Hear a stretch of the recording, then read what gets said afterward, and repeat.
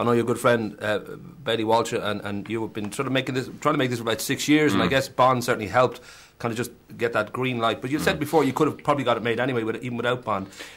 Is it the film you kind of thought from some 6 years ago, or has it sort of changed given your experiences? It has changed. I mean, but then Bailey's a very sort of visual director, so he had the film very well mapped out. He had it he had sort of a lot of visual references to the movie, and so the coup was actually going down to South Africa and filming there, because that gave it that kind of extra edge of magic that that was kind of we would have gotten an English seaside resort, but we wouldn't have got that kind of otherworldly thing that we needed to make it feel like that we were that this was a memory, that there was something that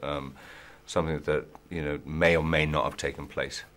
Of course, playing movie stars is always a slightly kind of navel-gazing experience, I guess, from the point of view that you could always bring something of your own self to it. And I don't know whether playing this hedonistic 40-something burnt-out movie star, there was a certain amount of fun involved, whether there was any thought in your mind, well, there, but for the grace of the broccoli family, go I. Like, if I had sort of gone a different path, I could be... Who knows? It was...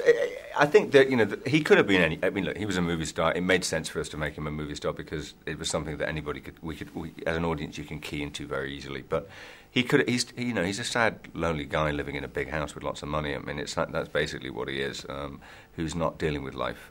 So... It's just that the kind of the movie star thing is just it's where his success lies, and we kind of understand it. And would there have been research involved? I don't know whether one can kind of look into that, whether you hang out with Tom Sizemore or just sort of get out there in Hollywood and sort of notice a few scars. I'm a 40-year-old actor. I've been around. I should I asked you. You said I have to be all of those other things now, and acting starts dropping down the list. You said this in the Times, I think, in October, and I don't know whether that's something that, given that you've always been noted that you are a proper actor, we'll say, for want of a better term, but that's sort of an issue still, that you kind of feel, but I really make sure that people know I'm not just here for Bond. I've always done... I'm not doing it aggressively. I mean, I'm doing what I love. I mean, they're doing this film, you sort of said it. I mean, the fact is, it's been around for a while. It's my friend Bailey Walsh, and we've been wanting to make it, and Bond, I think, helped do it. And when everything aligned properly, we went ahead and did it. I'm not trying to live my life in a reactionary way. I mean, I'm trying to do, I'm just trying to do the stuff I like to do, and therefore makes me happy, and therefore kind of makes it's rewarding, and hopefully then I can put all my effort and the right amount of effort into it.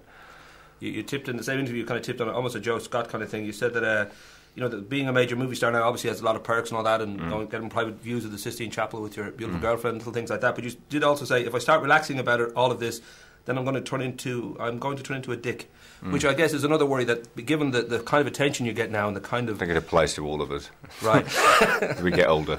I mean, and what this film does. I mean, that's kind of really, I mean, if we don't address things and we don't take care of business, we all turn into a dick.